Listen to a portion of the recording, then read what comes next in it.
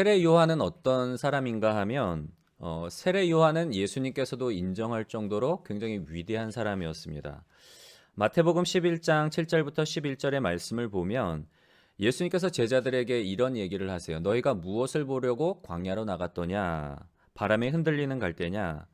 그러면 너희가 무엇을 보려고 광야로 나갔더냐? 부드러운 옷 입은 사람이냐? 부드러운 옷 입은 사람은 궁중에 있느니라, 왕궁에 있느니라. 그리하면 너희가 어찌하여 나갔더냐? 선지자를 보기 위함이었더냐? 옳다. 내가 너희에게 이르노니 선지자보다 더 나은 자니라. 기록된 바 보라. 내가 내 사자를 내 앞에 보내노니 그가 내 길을 앞에 준비하려 하신 것이 이 사람에 대한 말씀이니라. 내가 진실로 너희에게 말하노니 여자가 낳은 자 중에 세례 요한보다 더 큰 이가 일어남이 없도다. 예수님께서 제자들에게 하신 말씀이에요. 너희가 왜 광야에 나갔느냐? 선지자를 보러 광야로 나간 것이 아니냐? 맞다. 그런데 너희들이 보러 간 그 사람, 그 세례 요한은 선지자보다 더 위대한 사람이래요. 예수님이 말씀하시는 거예요. 선지자보다 더 위대한 사람인데 여자가 낳은 자 중에 세례 요한보다 더 큰 사람이 없도다라고 그렇게 말씀하실 정도로 이 세례 요한이라는 사람은 굉장히 위대한 사람이에요. 왜냐하면 예수님에 앞서 그 길을 예비하러 온 사람이었기 때문에 하나님께서 이 세례 요한을 특별히 준비하신 사람이기 때문에 굉장히 위대한 사람인데요. 세례 요한이 요단강 동편에서 회개의 말씀을 선포하며 그리고 세례를 베푸는 동안 이 세례 요한의 사역이 단순히 유대 지역과 그리고 갈릴리 지역에서만 어떤 큰 이슈가 됐던 것이 아니라 당시에 유대인들은 유대 팔레스타인 지역에만 머물렀던 것이 아니라 북아프리카에서 그리고 터키 그리고 동유럽 전체에 걸쳐서 유대인들이 굉장히 많이 퍼져서 살았어요.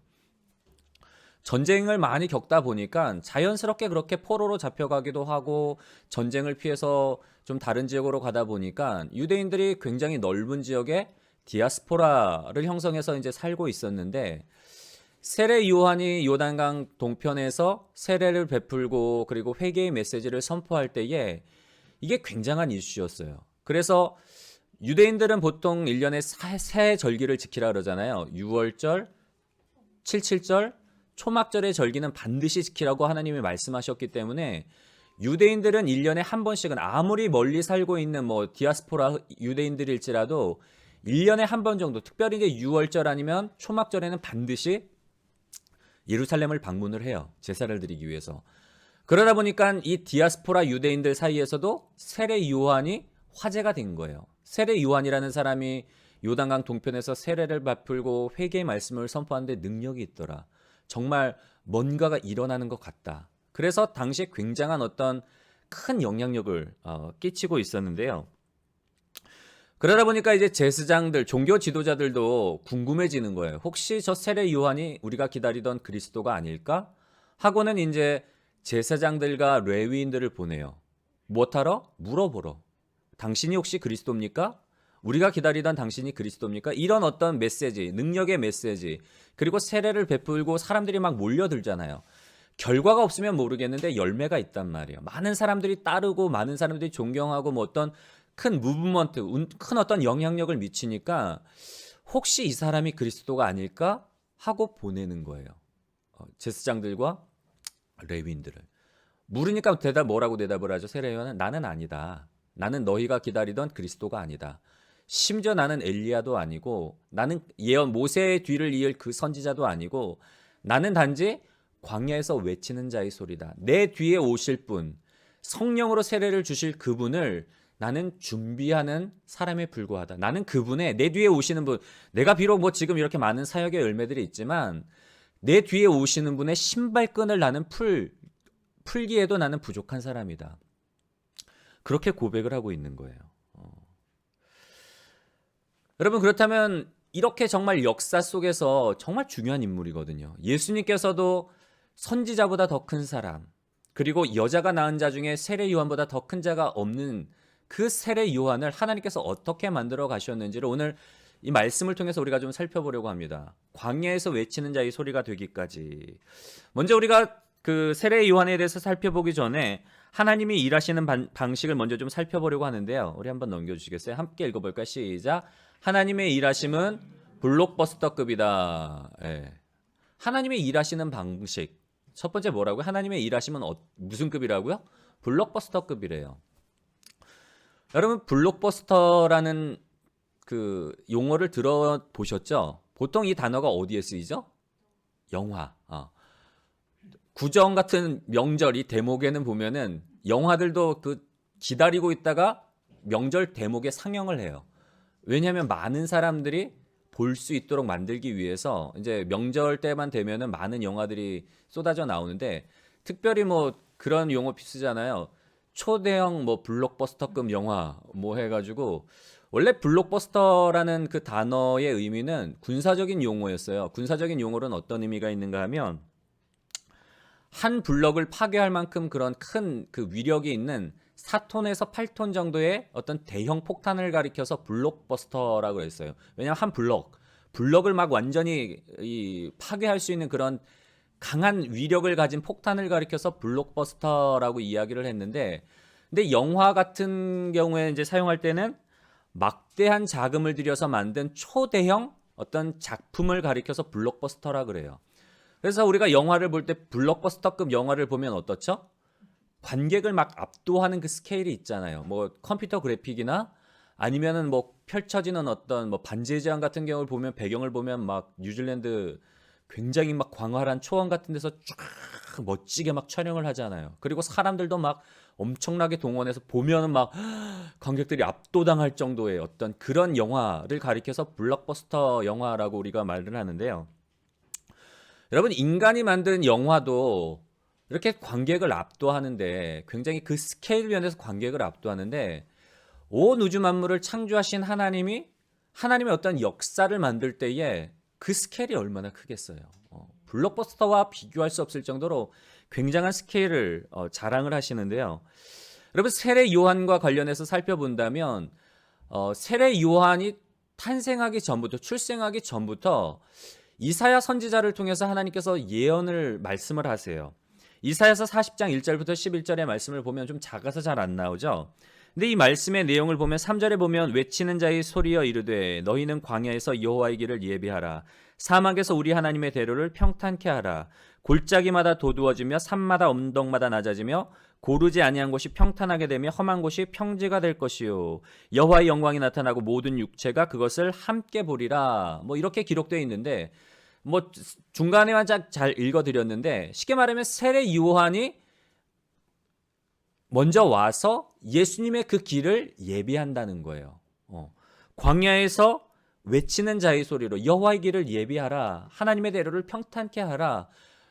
예수님이 오시기 구원자 예수님이 오시기 전에 그에 앞서 외치는 소리가 있다는 거예요. 이사야. 여러분 이사야는 언제 활동한 선지자인가 하면 주전 8세기예요. 주전 8세기. 이때가 언제인가 하면 북이스라엘이 아시리아한테 침공을 당해서 멸망했던 그 시기에 활동했던 선지자가 이사야란 말이에요. 주전 8세기 하나님께서 이사야 선지자를 통해서 이러한 예수 그리스도를 통한 구원의 사건을 예비해 놓으셨고 그에 앞서 세례 요한에 대한 이야기도 이사야 선지자를 통해서 예언하게 하셨어요. 근데 그게 끝이 아니에요. 말라기를 보면 말라기는 구약의 마지막 선지자인데 말라기 4장 5절 6절의 말씀을 우리 한번 같이 읽어볼까요? 시작.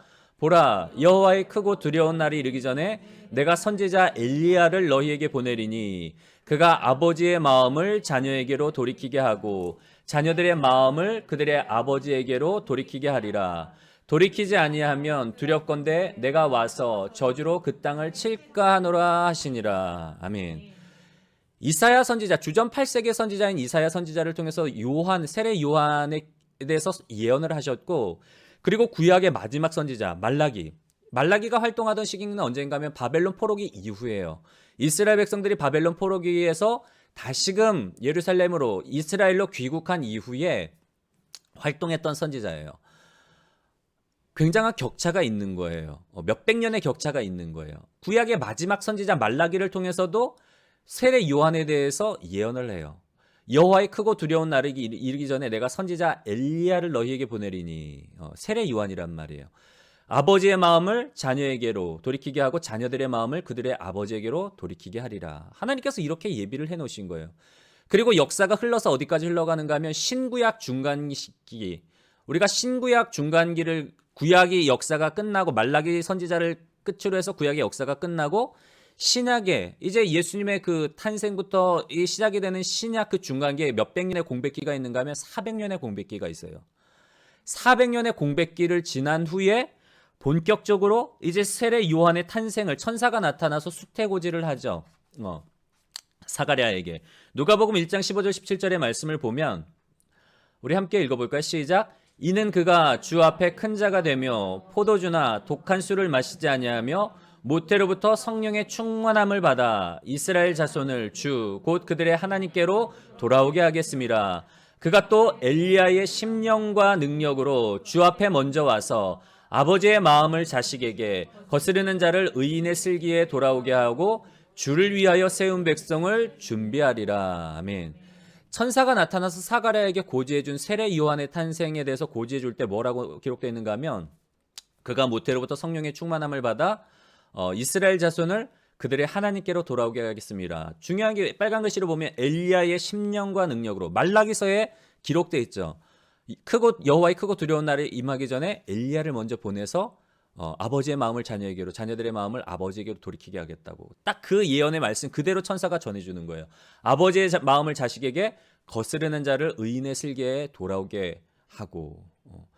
여러분, 이사야 그 선지자 주전 8세기부터 말라기, 바벨론 포로기 후에 그 말라기 선지자를 통해서 일관되게 하나님께서 이 세례 요한의 탄생에 대해서 언급을 해요. 물론 중요한 건 예수 그리스도예요. 구원자 예수 그리스도지만 그의 길을 예비하는 세례 요한에 대해서 줄기차게 쭉 준비를 해오신단 말이에요. 이게 몇백 년이에요, 몇백 년. 하나님의 일하심이 이래요. 세례 요한이 그냥 그 당대에 딱 태어난 게 아니라 우리는 세례 요한의 탄생만을 놓고 보지만 하나님의 어떤 관점을 놓고 본다면, 하나님의 시각으로 본다면 몇백 년 전부터 이미 준비를 하시는 거란 말이에요.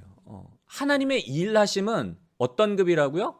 그래서 블록버스터급인 거예요. 스케일이 남달라요. 굉장하게 하나님께서 큰 스케일로 이렇게 첫 번째 준비를 하시지만 반면에 또 어떤 것이 있는가 하면 두 번째로 한번 읽어볼까요? 함께 읽겠습니다. 시작. 하나님의 일하심은 굉장히 세밀하시다. 네. 하나님은 어떤 하나님의 일을 만들어 가실 때 블록버스터급으로 굉장히 스케일이 크게 만들어 가시지만 반면에 하나님은 굉장히 디테일하게 만들어 가세요. 마치 우리 꽃을 자세히 살펴보면 꽃술 안에 있잖아요. 그 꽃의 모양과 색깔과 그 술, 인간이 아무리 과학기술이 발달해도 만들 수 없을 정도로 그 작은 마이크로 월드가 있단 말이에요. 작은 보이지 않는 세계가 있어요. 하나님께서는 그런 세밀한 세계까지도 만드실 정도로 굉장히 세밀한 분이신데 하나님께서 세례 요한을 준비시키는 과정을 좀 살펴보려고 합니다. 오늘 제목처럼 세례 광야에서 외치는 자의 소리가 되기까지 하나님께서 어떻게 세례 요한을 만드시는지 좀 살펴보려고 하는데요. 우리 고전에 읽었던 말씀 한번 다시 한번 볼까요? 누가복음 1장 15절 17절의 말씀을 보면 세례 요한의 그 대해서 천사가 이야기할 때 뭐라고 기록되어 있는가 하면 파란색 글씨 뭐라고 써 있죠? 모태로부터 성령의 충만함을 받아라고 그렇게 기록을 하고 있습니다. 세례 요한은 모태로부터 성령의 충만함을 받았는데 이 성령의 충만함이 두 가지 방식으로 나타나요. 첫 번째는 뭐죠? 1번 한번 읽어볼까요? 시작. 아버지의 마음을 알고, 두 번째로 사람들의 마음을 알게 된다. 세례 요한이 모태로부터 예수 그리스도의 오실 길을 예비하기 위해서 하나님께서 세례 요한이라는 인물을 준비시켰는데 이미 주전 8세기 전부터 예언을 통해서 세례 요한이라는 인물이 나올 것이다. 하나님께서 준비를 시키셨고, 그리고 세례 요한이 태어나고 그때부터도 계속 하나님이 준비를 시키는 거예요. 예수님의 길을 예비하기 위한 사람으로. 모태에서부터 성령의 충만함을 받게 하는데 세례 요한이 받은 이 성령의 충만함은 두 가지에서 나타나요. 무엇으로 나타나는가 하면 첫 번째로 아버지의 마음을 알게 돼요. 아버지의 마음을 알아야지 자식들에게 돌이키게 하고, 또한 사람들의 마음을 알아야지 또 아버지께로 돌이키게 되잖아요. 그래서 세례 요한은 성령의 충만함은 이 두 가지, 아버지의 마음을 알고 사람들의 마음을 알게 되는데 이것과 연결이 되어 있어요. 하나님께서 세례 요한을 어떤 과정으로 준비시키는가. 다음 장 한번 넘겨주시겠어요? 하나님이 세례 요한을 준비시키는 과정 첫 번째, 우리 한번 읽어볼까요? 시작. 동시대의 아픔을 공감하게 하셨다. 사람들의 마음을 알게 하고, 그 말은 어떤 의미가 있는가 하면 동시대의 아픔을 공감할 수 있는 인물로 만드신 거예요. 제가 피지에 있었을 때에 이제 보통 1년에 한 번씩 이제 한국 들어오잖아요. 그러면 이제 한국에 들어오기 전에 한국에 들어와서 이제 개인적으로 후원해 주셨던 분들, 기도해 주셨던 분들 인사드리면서 작은 뭐 기념품이라도 드리기 위해서 그 이제 피어피지라는 회사가 있어요. 논이 가지고 뭐 비누도 만들고 논이 주스도 만드는 회사가 있는데 거기서 이제 토요일 아침마다 아울렛이 열려요. 쉽게 말하면 이제 할인 매장이 상설 할인 매장이 열리는 거예요. 토요일 정해진 시간이 있어요. 오전 시간에. 그러면 그 시간에는 많은 사람들이 그 막 분배 줄을 서서 기다려요. 문이 열리기 전부터. 왜냐하면 늦게 가면 물건이 다 떨어지기 때문에 저 같은 사람들이 의외로 많거든요. 가서 기념품이나 아니면 좀 그때 이용해서 싸게 살려는 현지인들이 있다 보니까 줄을 서요. 토요일 그 시간대가 되면은. 저도 이제 한국에 들어오려고 이제 준비를 하면서 빈손으로 갈 수 없으니까 기념품을 사려고 이제 토요일 그 시간대 맞춰서 이렇게 가서 줄을 서고 있는데 제 앞에 이제 외국인 청년이 하나 딱 서 있더라고요. 근데 이제 줄 서서 기다리면서 지루하잖아요. 그래서 뭐 이런저런 이제 물어봤죠. 너 어디서 왔냐? 그러니까 뭐 어디 출신이냐? 그러니까 뭐 아르헨티나 출신이래요. 메시가 여러분 아르헨티나 선수죠. 네. 뭐 얘기가 나오다가 아르헨티나 나 메시 되게 좋아하는데 나 메시 유명하지 않냐 그랬더니 그렇다고 자기 뭐 메시를 어느 해변가에서 봐가지고 뭐 인사했다고 막 그러는 거예요. 뭐 이런저런 얘기하다가 그래서 너 무슨 일을 하고 있니? 물어보니까 나이가 굉장히 젊어요. 20대 한 중반? 뭐 그 정도밖에 안 되는 것 같아요. 많아야 20대 후반 되는 굉장히 잘생긴 청년인데 자기가 사실은 어떤 일을 하는가 하면 여러분 아프리카에 가면 그 아프리카 어떤 내전으로 인해서 그 난민들이 많이 생기잖아요. 그 난민들 캠프가 있대요. 난민들 캠프가 이제 형성이 되는데 이 청년이 하는 일은 뭔가 하면 그 커다란 난민 캠프들 같은 경우에는 국제 어떤 구호 단체들과 연관이 돼서 지원을 잘 받지만 그런 커다란 난민촌이 아닌 작은 난민촌들이 있대요. 그러면 이 친구 같은 경우에는 오토바이 타고 다니면서 그런 난민촌들을 파악을 하는 거예요. 그래서 그 난민촌과 도움을 받지 못하는 국제기구와 그 연결을 시켜줘서 도움을 받을 수 있도록 오토바이 타고 다니면서 난민 캠프를 찾으러 다니는 일을 한대요. 제가 그래서 물어봤어요. 야, 그거 굉장히 위험한 일 아니냐? 위험해. 그런데 자기는 그런 일을 하고 있대요. 그리고 이제 그러면서 이제 무슨 얘기를 하는가 하면 너 어떻게 여기까지 왔어? 그랬더니 이제 거기서 만난 자매가 있는데 그런 일을 하면서 만난 자매와 이제 결혼하기로 하고 잠깐 이제 그 휴식 기간 동안 이 피지에 왔다는 거예요. 제가 그 얘기를 들으면서 굉장히 좀 존경스럽더라고요. 야, 참 멋지다. 사실 위험한 일이긴 하지만 저희가 입장에서 봤을 때는 멋진 일이잖아요. 어려운 사람들을 돕는 일이고 정말 뭔가 굉장한 일을 하는데 야, 우리나라 청년들은 어떤가 한번 생각을 해봤어요. 우리나라 청년들은 어떤가. 그냥 어떤 주어진 그 틀에 맞춰서 좋은 고등학교 들어가려고 하고 좋은 대학교 들어가려고 하고 그 목적들이 다 뭐죠? 결국에는 좋은 직장 취직해서 안정적인 직업을 갖고 안정적인 가정을 이루고 이런 삶을 향해서 이렇게 달려가는데 왜 우리는 저런 청년과 같은 저런 꿈을 가지지 못할까? 그런 좀 안타까움이 들더라고요. 왜 우리의 자녀들은 우리의 세대들은 우리의 청년들은 이런 꿈들을 가지지 못할까? 이 동시대의 어떤 사람들의 아픔을 함께 나누고 왜 이렇게 공감할 수 없, 그냥 자기 어떤 그런 것에만 이렇게 매달려 살아갈까 하는 그런 안타까움이 있었는데요. 여러분 세례 요한을 하나님께서 어떻게 만드셨는가 하면 어떤 인물로 만드셨다 그랬죠? 동시대의 아픔을 공감하게 하셨어요. 세례 요한의 당시인 주후 1세기예요. 주후 1세기의 팔레스타인의 상황을 보면 제가 그 공부한 책에 이렇게 기록되어 있더라고요. 주후 1세기의 상황은 이렇게 요약이 되어 있더라고요. 한번 보면은 읽어볼까요? 시작. 무엇이 진리이고 정의인지 알 수 없는 혼미한 시대였다. 예. 주후 1세기의 상황이 이랬대요. 무엇이 진리이고 무엇이 정의인지 알 수 없는 혼미한 시대. 여러분 오늘날 우리가 살고 있는 지금 우리 사회가 좀 같지 않나요? 무엇이 진리인지 알 수 없고 무엇이 정의인지 알 수 없는 상황. 정치인들 맨날 옛날에는 그래도 정치인들이 잘못했으면 사과라도 했잖아요. 내가 잘못했다고. 근데 지금은 사과하는 걸 못 봤어요. 뭔가 변명을 만들어서 합리화시키고 말도 안 되는 논리를 펴서 막 이거 거짓을 진리처럼 막 합리화시키고 뭐 정치뿐만 아니에요. 전체적으로 그런 것 같아요. 이 시대 자체가 무엇이 진리고 무엇이 정의인지 알 수 없는 혼미한 시대를 우리가 살아가고 있는데 주 1세기 세례 요한의 시대, 예수님의 시대도 마찬가지였어요. 혼란한 시대였어요. 정치적으로 봤을 때는 로마의 지배 아래 있었기 때문에 로마의 어떤 정치 권력이 있었고 그리고 유대인들의 어떤 최고 의결 기관이었던 사내들인 공의회가 있었고 그리고 또 다른 어떤 종교적인 집단들 성전을 중심으로 하는 제사장들과 레위인들, 사두개파 이런 어떤 정치 집단들이 있었어요.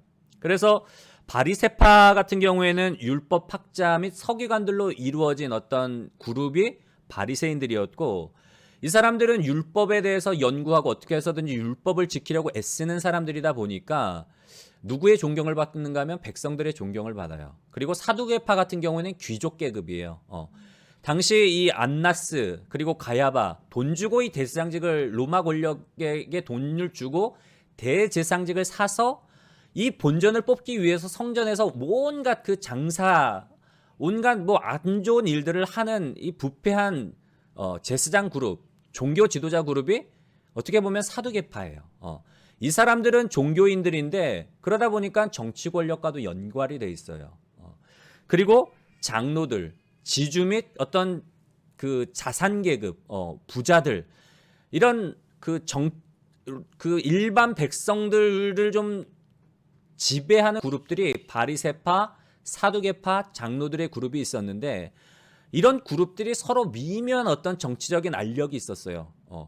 그래서 그 당시에 이제 사회적인 그 피지배 집단으로 분류되는 세 부류의 사람들이 있는데 SNF파 이 사람들은 어떤 사람들인가 하면 이런 막 복잡한 현실 로마의 지배 아래 있고 정치적으로 일반 백성들은 사실은 삼중고에 시달렸어요. 정치적으로 종교적으로 경제적으로 억압을 받다 보니까 이런 현실 가운데 로마의 지배도 받고 정치적인 뭐 종교적으로도 참 억울하게 막 이렇게 막 뜻도 펼치지 못하고 경제적으로도 막 이 수탈을 당하고 이런 현실 가운데서 나타나는 세 가지 그 부류가 뭔가 하면 SNF파 이 사람들은 약간 수도원파예요. 현실을 등지고 광야 같은 데로 가서 공동체를 형성해서 오직 자기들끼리만 이 은혜 아래 살아가는 현실 도피형 SNF파가 있었고요. 그리고 이런 현실을 무장으로 좀 극복하기 위한 열심당이 있었어요. 베드로 같은 열심당원들이 있었고 그리고 나머지 대다수의 일반 백성들은 이런 현실에 그냥 신음하면서 메시아가 오기를 기다리며 살아가고 있었던 현실이 당시 주후 1세기의 현실이었어요. 굉장히 암울한 시대예요. 무엇이 진리고 정의인지 알 수 없는 혼미한 시대. 일반 백성들의 삶은 피폐하고 굉장히 힘든 그런 시기였단 말이에요. 이런 시대 가운데 세례 요한이 이런 시대의 아픔을 공감하는 인물로 그렇게 만드셨어요. 하나님이. 여러분 우리가 아까도 말씀드렸지만 우리도 동일한 시대를 살아가고 있잖아요. 어떻게 보면 무엇이 진리이고 무엇이 정의인지 알지 못하는 이런 혼미한 시대를 살아가고 있을 뿐만 아니라 사실 코로나로 인해서 IMF 때보다 더 힘든 것 같아요. 제가 봤을 때는 더 힘든 상황이에요. 이제는 뭐 힘들어도 힘들다고 얘기도 못하는 그런 상황 가운데 우리가 있는데 저는 말씀을 준비하면서 과연 우리는 이런 상황에 대해서 얼마나 가슴 아파하고 있나 내가 이런 어떤 시대의 문제를 얼마나 자각하고 있나 얼마나 인식하고 있나 일반 백성들을 예수님 당시에 일반 백성들은 부르짖었거든요. 하나님 앞에 뭔가를 어떤 이대로는 안 된다라는 그런 어떤 마음 그런 어떤 흐름들이 있었어요. 이대로는 안 된다. 정말 메시아가 와야 된다. 하나님이 뭔가 개입하셔야 된다라는 그런 어떤 기류가 있었단 말이에요. 근데 오늘날 우리는 어때요, 여러분? 저는 우리가 이 세례 요한처럼 우리가 정말 하나님의 마음을 가지고 또한 동시대의 어떤 시대의 사람들의 아픔을 가지고 함께 아파하고 함께 정말 무언가 하나님의 일을 위해서 기대하는 기도하는 그런 믿음의 사람들이 되시기를 주님의 이름으로 간절히 소원합니다. 근데 세례 요한은 두 번째로 하나님께서 어, 동시대의 아픔을 공감하게 하셨을 뿐만 아니라 거기서 끝난 게 아니라 두 번째 과정으로 어떻게 준비를 시키시는가 하면 우리 한번 읽어볼까? 2번 시작. 세례 요한을 광야로 이끄셨다. 예. 세례 요한으로 하여금 성령이 충만하게 함으로 첫 번째는 사람들의 마음을 알게 하는 거예요. 동시대 사람들의 아픔을 공감하게 하셨단 말이에요. 그런데 거기서 끝나는 게 아니라 세례 요한을 어디로 이끄셨다고요? 광야로 이끄세요, 하나님이. 세례 요한이 이제 요단강 동편에서 회개의 말씀을 선포하고 세례를 베풀기 전까지 빈들에 거하니라. 빈들에 그때까지 광야에 거하도록 광야로 이끄세요. 여러분 왜 세례 요한을 광야로 이끄셨을까요? 중요한 게 이거예요.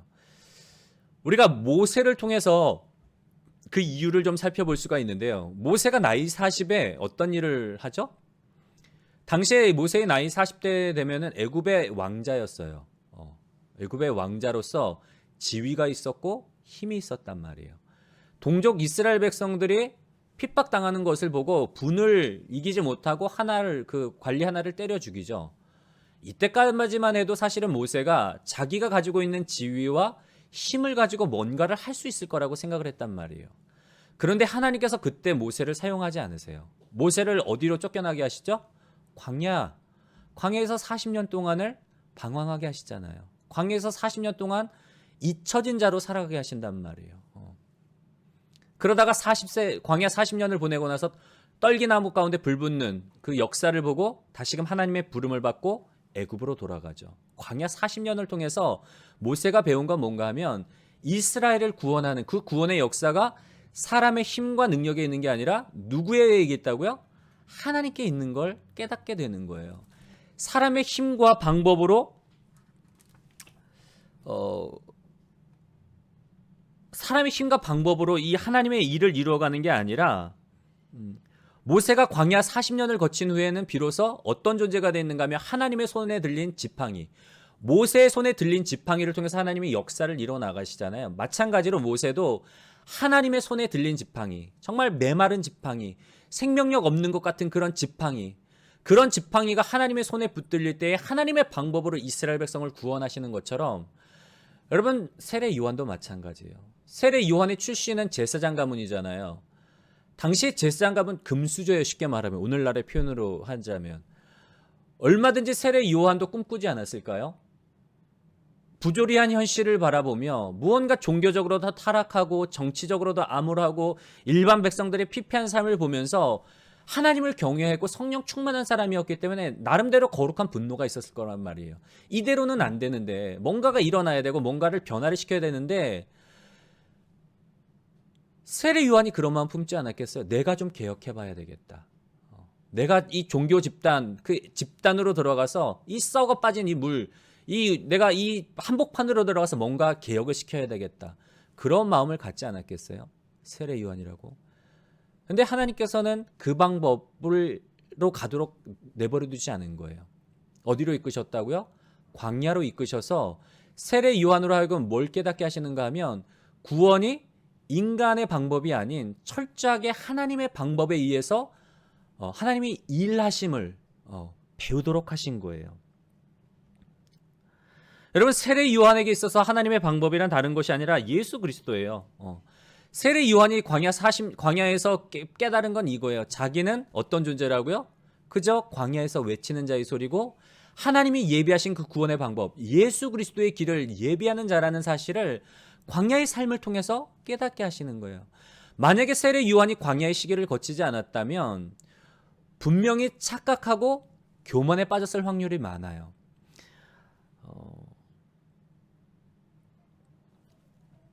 그런데 세례 요한은 이 광야를 거침으로 인해서 철저하게 인간적인 방법이 아니라 하나님의 방법, 구원의 역사가 사람의 힘과 방법과 지혜에 따르는 것이 아니라 하나님의 방법에 있음을 깨닫게 하고 그 방법을 기다리는 거예요.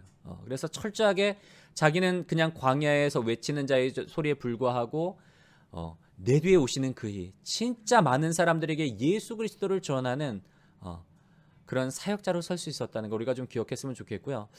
분명히 우리가 이 시간 아까 말씀드린 것처럼 이 시대의 아픔을 함께 공감하고 아파하고 뭔가 문제의식을 좀 가졌으면 좋겠어요. 그리고 우리가 하나님 앞에 기도하는 우리 믿음교회 성도들이 되기를 원하는데요. 하나님께서 우리 각 사람을 통해 무언가 이루는 방법이 있어요. 근데 내 방법이 아닌 하나님이 우리에게 요구하시는 그 방법을 따라 정말 우리의 삶의 현장 가운데서 세례 요한처럼 예수님의 오실 그 길, 예수님 다시 오세요. 분명히 재림지로 오신단 말이에요. 그때까지 우리의 삶의 현장 가운데서 하나님이 일하시는 방법을 따라 하나님과 일하시는 하나님의 역사심을 따라 하나님과 동행하시고 함께 일하시는 복된 여러분들이 되시기를 주님의 이름으로 간절히 소원합니다. 우리 세 번째로 하나님께서 세례 요한을 준비하시는 과정, 우리 세 번째로 한번 읽어볼까요? 시작. 세례 요한의 심령을 강하게 하셨다. 세례 요한의 심령을 강하게 하셨다. 누가복음 1장 80절의 말씀을 보면 이렇게 기록되어 있습니다. 아이가 자라가며 심령이 강하여지며 이스라엘에게 나타나는 날까지 빈들에 있으니라. 아까 요 말씀을 안 읽었는데, 그래서 세례 요한이 하나님께서 세례 요한을 준비시키기 위해서 빈들 광야로 이끄셨다고 말씀을 우리가 두 번째 살펴봤잖아요. 세 번째는 하나님께서 어떤 과정으로 세례 요한을 준비시켰는가 하면 심령이 강하게 한 거예요. 영어 표현으로 보면 이렇게 돼 있어요. became strong in spirit. 성령 안에서 강해졌다는 거예요. 성령 안에서 강해졌다. 이게 무슨 말일까요? 세례 요한이 자라가면서 모태로부터 성령의 충만함을 받았을 뿐만 아니라 성령 안에서 자라가면서 성령 안에서 강해졌다는 것. 다른 말로 표현을 한다면 하나님의 사랑을 깊이 체험한 거예요. 아까 말씀을 드렸죠. 세례 요한이 모태로부터 이 성령의 충만함 두 가지 방법으로 어떻게 나타난다고? 첫 번째는 사람들의 마음을 알게 되고 하나님의 마음을 알게 된다라고 제가 말씀을 드렸죠.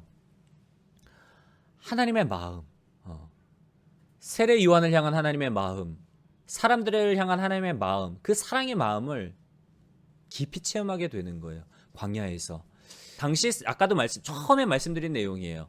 세례 요한의 이 사역이 북아프리카, 유대와 갈릴리 지역뿐만 아니라 북아프리카 지역, 터키, 그리고 동유럽에 이르기까지 디아스포라 유대인들에게도 광범위하게 알려졌어요. 알려질 뿐만 아니라 세례 요한을 따르는 사람들이 굉장히 많았단 말이에요. 아볼로도 오히려 세례 요한의 세례만 알 정도로 예수님이 오신 이후에도 여전히 세례 요한의 그 위상이 굉장했단 말이에요. 세례 요한의 사역을 보면 세리들도 찾아와요. 우리가 어떻게 해야지 천국에 들어갈 수 있겠습니까? 토색하지 말고 남들의 물건을 정한 세 외에는 걷지 말고 정해진 세금만 걷어라. 그뿐만 아니라 군인들도 찾아와요. 우리는 어떻게 해야지 영생을 얻을 수 있겠습니까? 남의 물건을 강탈하지 말고 남을 속여서 거짓으로 고소하지 말고 정한 늑봉을 만족하며 살아가래요. 군인들도 찾아왔대요. 이 당시 군인이면 누구겠어요? 로마 군인들일 거 아니에요. 로마가 지배하고 있었던 시대였기 때문에. 이만큼 세례 요한은 광범위한 사역을 펼쳤을 뿐만 아니라 정말 많은 사람들이 세례 요한을 따랐단 말이에요. 여러분, 그런 상황이라면 세례 요한이 한 번쯤 흔들리지 않을까요? 사람들 마음 가운데는 어떤 마음이 있는가 하면 인정받고 싶은 욕구가 있어요. 인정받고 싶은 욕구. 이 정도 되면 내가 좀 뭔가를 할 수 있지 않을까? 내가 이렇게 내 이름이 막 사람들이 내 이름도 알고 나를 추종하는 사람들이 많은데 내가 이 정도면 뭔가를 좀 이룰 수 있지 않을까? 이런 마음이 얼마든지 들 수 있단 말이에요. 어떤 예화 제가 찾아보다가 이런 예화가 있더라고요. 어느 날 한 수도사를 공격하기 위해 사탄들이 모여 집중회의를 했다. 이 수도사는 영적으로 아주 성숙한 사람이었다. 그는 한 번도 유혹에 넘어간 적이 없었고 많은 사람들에게 존경을 받는 사람이었다. 돈에 대해서나 여자에 대해서도 항상 깨끗했다. 이런 수도사를 넘어뜨리기 위해 사탄들이 온갖 방법을 다 사용했으나 그는 결코 넘어가지 않았다. 결국 가장 노련하다는 사탄이 나섰다. 내가 한번 그 수도사를 넘어뜨려 보겠다. 자신만만한 사탄은 그 수도사에게 다가가 귓속에 이렇게 속삭였다고 합니다. 이보게, 자네 친구는 대주교가 되었다네. 어떻게 됐을까요? 이 한마디를 들은 이 수도사가 얼굴이 울그락불그락해지면서 넘어간 거예요. 여자의 유혹에도 돈의 유혹에도 넘어가지 않고 영적으로 심지가 굳게 버티고 있었던 이 사람이 사단의 이 한마디, 여보게 자네의 친구는 대주교가 되었다네. 기분이 나쁜 거죠. 그 자리 내가 가야 될 자리인데. 사람의 마음 가운데는 그런 마음이 있어요. 인정받고 싶은 욕구, 남들보다 더 성공하고 싶은 욕구가 있단 말이에요. 멀리서 찾아보지 않아도 돼요. 우리 자녀들만 놓고 봐도 그래요, 여러분. 우리 자녀 셋인데 하나에 대해서 칭찬하면은 형제들 간인데도 질투해요. 아빠 난 이거 더 잘해. 아빠 난 이거 더 잘하는데? 막 이러면서 인정받고 싶단 말이에요. 형제지간에도 그런 마음이 있어요. 그래서 성경에 보면 가인이 아우 아벨을 돌로 쳐 죽이잖아요. 하나님께서 아벨과 그의 재물은 연락하시고 가인과 그의 재물은 연락지 않으시니까 화가 난 거예요. 하나님 왜 저 아벨만 인정하세요? 화가 나서 돌로 쳐 죽이잖아요. 여러분 이게 우리의 모습이란 말이에요. 우리 안에는 이런 모습이 있어요. 인정받고 싶은 욕구. 아니 내가 예수님보다 못한 게 뭐가 있어서 이 정도 사람들이 나를 따르면 내가 얼마든지 변화시킬 수 있지 않겠어? 근데 세례 요한은 광야를 통해서 뭘 배우게 됐다고요? 하나님의 방법. 사람의 힘과 사람의 능력으로 구원하는 것이 아니라 구원의 역사는 철저히 하나님의 방법에 의해서 이루어진다는 사실을 경험했고, 두 번째로 경험한 건 이거예요. 하나님의 깊은 사랑. 우리 자녀들이 보면은 제가 아이들 키우면서 많이 배우는데 잘 양보 안 해요. 특별히 이제 먹을 거. 근데 양보할 때가 있어요. 언제일까요, 여러분? 배가 부르면 양보하더라고요. 아무리 맛있는 게 뭐 많이 있고 내가 많은 걸 갖고 있어도 내 배가 부르면 어떻게 돼요? 나 이거 달라면 순순히 줘요. 그래, 너가 먹어. 배가 부르면 양보를 한단 말이에요. 여러분 마찬가지예요. 세례 요한은 어떤 기쁨이 있었는가 하면 그는 흥하여야겠고 나는 쇠하여야 하리라. 쉽게 예수님보다 앞서지 아니하고 나는 그저 광야에서 외치는 자의 소리에 불과할 뿐이다. 나는 그분의 신발끈 풀기도 감당할 수 없을 정도로 미천한 존재이고, 나의 기쁨은 뭔가 하면 신부를 취하는 신랑이 신부를 취함으로 말미암아 기쁨을 누리지만, 그러나 나는 들러리로서 그 옆에서 신랑이 신부를 취하는 그 기쁨을 바라보는 것만으로도 나는 기쁘다예요. 세례 요한이 그렇게 말을 해요. 신부를 취하는 건 신랑이지만, 그런데 나는 신랑이 그 신부를 취하는 것만, 그 모습을 보는 것만으로도 나는 기쁘다. 그래서 미리 아낌없이 자기를 따르는 제자들에게 예수님을 따르라고, 나는 그냥 광야에서 외치는 자의 소리고 너희가 따라야 될 분은 저분이다. 세상 죄를 지고 가는 어린 양, 저분을 따르라고 제자들을 오히려 등 떠밀어서 예수님께 보내요. 어떻게 이럴 수 있었을까요? 광야에서 예수님의 그 사랑, 하나님의 그 사랑을 깊이 체험했기 때문에, 하나님을 사랑하기 때문에 하나님의 일하시는 방법을 사랑했고, 사람들, 동시대 그 사람들의 아픔, 저 사람들에게 내가 해줄 수 있는 건 아무것도 없는 거예요. 구원자 예수님이 오셔서 저들의 죄의 문제를 해결하시고, 저들에게 말씀으로 선포하시고, 저들의 눌린 영혼을 자유케 하셔야지 진짜 저들에게 유익이라는 걸 알기 때문에 세례 요한은 기꺼이 사람들에게 예수 그리스도를 증거하고, 그는 흥하여겠고 나는 쇠하여야 되리라. 기꺼이 자신들의 사람들을 예수님께로 보내는 그런 일들을 감당할 수 있었어요. 어떻게? 깊이 하나님의 사랑을 체험했기 때문에.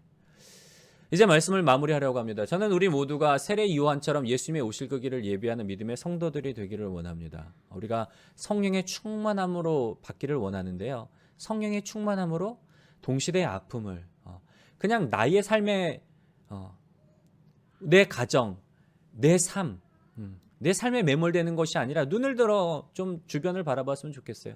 하나님의 마음으로, 이 시대를 향한 하나님의 마음, 탄식하는 사람들의 소리를 듣고 어떻게 할까? 내가 할 수 없는데 하나님이 개입하셔야 되는데, 하나님이 만나주시고 예수 그리스도가 저들의 삶 가운데 주인 되어 주셔야 되고, 말씀이 들어가야 되고 성령으로 변화되어야 되는데, 그러면서 하나님께 기도하고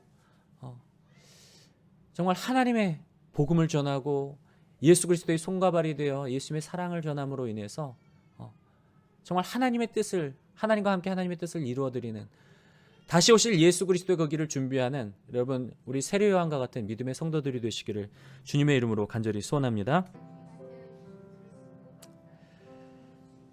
사랑의 하나님, 죄와 허물로 죽어가는 영혼들을 구원하기 위하여서 이미 에덴 동산에서부터 인간이 범죄한 이후부터 우리를 향한 구원의 계획을 예비하여 놓으시고, 또한 세례 요한이라는 인물을 통해서 예수님의 오실 그 길을 미리 예비하게 하신 그 과정을 오늘 말씀을 통해 살펴보게 하여 주시니 감사를 드립니다. 이제 우리가 세례 요한과 같이 광야에서 외치는 자의 소리가 되기를 원합니다. 하나님, 우리에게 성령을 물붓듯 부어주시사 오직 성령이 너에게 임하시면 너희가 권능을 받고 사마리아와 예루살렘과 온 유대와 땅끝까지 이르러 내 증인이 되리라 말씀하신 그 말씀처럼 우리가 성령의 능력을 받고 성령의 권능을 받아 예수 그리스도를 힘써 전하는 예수님의 증인 되기를 원합니다. 우리의 삶의 자리 가운데서 아버지의 마음을 전하게 하여 주시옵소서. 죽어가는 영혼들에게 돌아오라 돌아오라 돌이키라고 외치시는, 목 놓아 외치시는 그 아버지의 사랑의 마음을 전하는 자들 되게 하여 주시옵시고, 죄인은 주로 다시 오실 예수 그리스도를 전하며 십자가 사랑을 전하며 예수님 재림하시기 전까지 이 땅 가운데서 외치는 자의 소리가 되어 살아가는 우리 복된 성도들이 될 수 있도록 인도하여 주시옵소서. 무엇보다도 우리가 그 깊은 사랑을 체험하기를 원합니다. 아버지의 그 사랑, 깊은 사랑을 체험하기를 원하며 예수 그리스도의 십자가의 그 사랑을 깊이 체험하기를 원합니다. 그 받은 사랑을 가지고 전하며 나누는 우리 믿음의 성도들 될 수 있도록 축복하여 주시옵소서. 우리를 통하여서 이 땅 가운데 복음의 빛을 발하게 하시고 예수 그리스도를 전하게 하시는 하나님의 은혜를 감사를 드리며 이 모든 말씀을 주 예수님의 이름으로 감사하며 기도드렸사옵나이다. 아멘.